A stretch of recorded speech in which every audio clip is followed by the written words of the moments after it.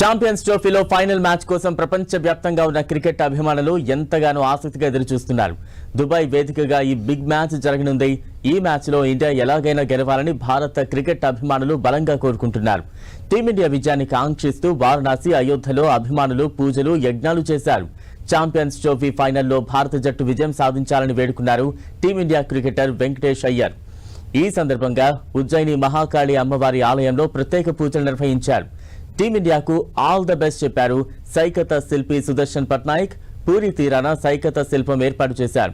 Champions trophy cricket బ్యాట్ను ఇసుకతో నిర్మించారు. ఈ సందర్భంగా గుడ్ లక్ టీమిండియా అంటూ భారత జట్టుకు విషెస్ చెప్పారు.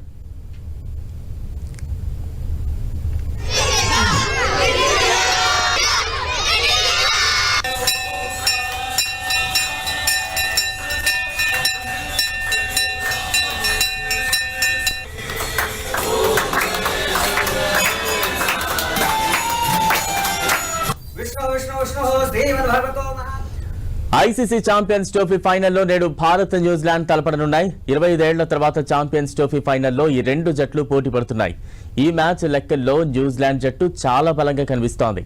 అయితే ప్రస్తుతం రెండు జట్ల ఆటగాళ్లు ప్రస్తుత ఫామ్ ఫైనల్లో కూడా కొనసాగిస్తే ఇది పూర్తిగా పైసా వసూల్ మ్యాచ్ గా కావచ్చు.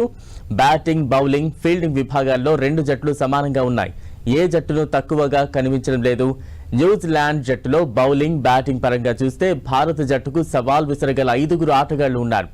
ఈ 5 ఏ క్షణంలోనైనా మ్యాచ్ను మలుపు తిప్పగల సత్తా ఉన్నవారు. కివీస్ జట్టులో కీలక ప్లేయర్ డెవాన్ కాన్వే. అయితే ఇప్పటి వరకు ఛాంపియన్స్ ట్రోఫీలో కాన్వే రాణించింది లేదు. ఫైనల్లో కాన్వే తుది జట్టులో ఉంటాడని చెప్పలేం. ఈ టోర్నీలో కాన్వే 4 మ్యాచ్ల్లో 2 మాత్రమే ఆడాడు. ఎడమ చేతి వాటం బ్యాట్స్మెన్ అయిన కాన్వే విజృంభిస్తే భారత్కు కష్టాలు తప్పవు.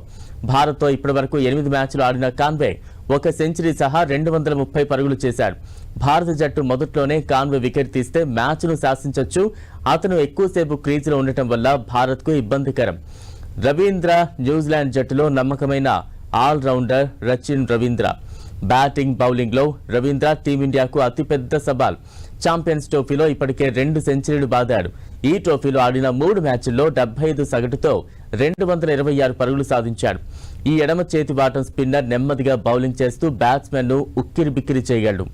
భారత్తో జరిగిన లీగ్ మ్యాచ్లో రవీంద్ర 3 పరుగుల దగ్గర ఉండగా హార్దిక్ పాండ్యా బౌలింగ్ లో అవుట్ అయ్యాడు.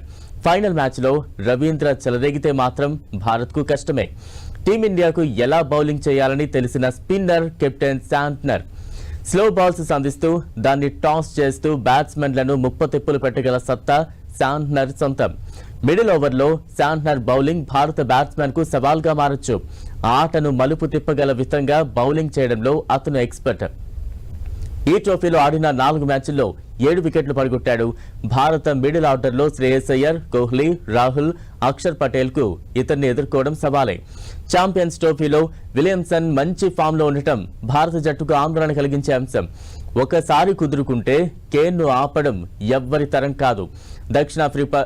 దక్షిణాఫ్రికాపై సెంచరీ చేసిన విలియమ్సన్ భారత్తో జరిగిన లీగ్ మ్యాచ్లో 81 పరుగులు చేసి తన ఫామ్ ను చాటుకున్నాడు. వన్డేల్లో స్పిన్ ను ధీటుగా ఎదుర్కొనే సామర్థ్యం విలియమ్సన్ కు ఉంది.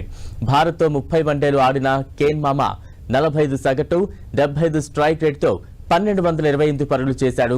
ఇతను ఫైనల్లో చెలరేగకుండా అడ్డుకోవాల్సిన బాధ్యత భారత బౌలర్లపై ఉంది. మార్క్ హెన్రీ ప్రస్తుతం కివీస్ టీంలో భారత్ను భయపెట్టగల బౌలర్. చివరి మ్యాచ్లో హెన్రీ మొదటి 10 ఓవర్లలోనే గిల్, కోహ్లీ వికెట్లను పడగొట్టాడు. ఈ ట్రోఫీలో హెన్రీ ఇప్పటివరకు 10 వికెట్లు సాధించాడు. ఫైనల్లో మొదటి 10 ఓవర్లు హెన్రీ బౌలింగ్ ను భారత బ్యాట్స్మెన్ తట్టుకోగలిగితే ఆ తర్వాత పిచ్ ఫాస్ట్ బౌలింగ్ కు సహకరించదు. కాబట్టి మొదటి 10 ఓవర్లు వికెట్ కాపాడుకుంటూ పరుగులు తీయడం భారత్ ముందున్న అతిపెద్ద సవాల్. అయితే దక్షిణాఫ్రికాతో జరిగిన మ్యాచ్లో హెన్రీ భుజం గాయం కారణంగా కేవలం 7 ఓవర్లు మాత్రమే బౌలింగ్ వేశాడు. హెన్రీ ఇంకా గాయం నుంచి పూర్తిగా కోలుకోలేదు. ఫైనల్లో హెన్రీ ఆడకపోతే న్యూజిలాండ్ బౌలింగ్ బలహీనంగా మారుతుంది. ఈ 5 అడ్డుకోవడానికి భారత్ పక్కా ప్రణాళికతో బరిలోకి దిగాల్సి ఉంటుంది. అప్పుడు కప్పు కొట్టగలం, ప్రతీకారం తీర్చుకోగలదు.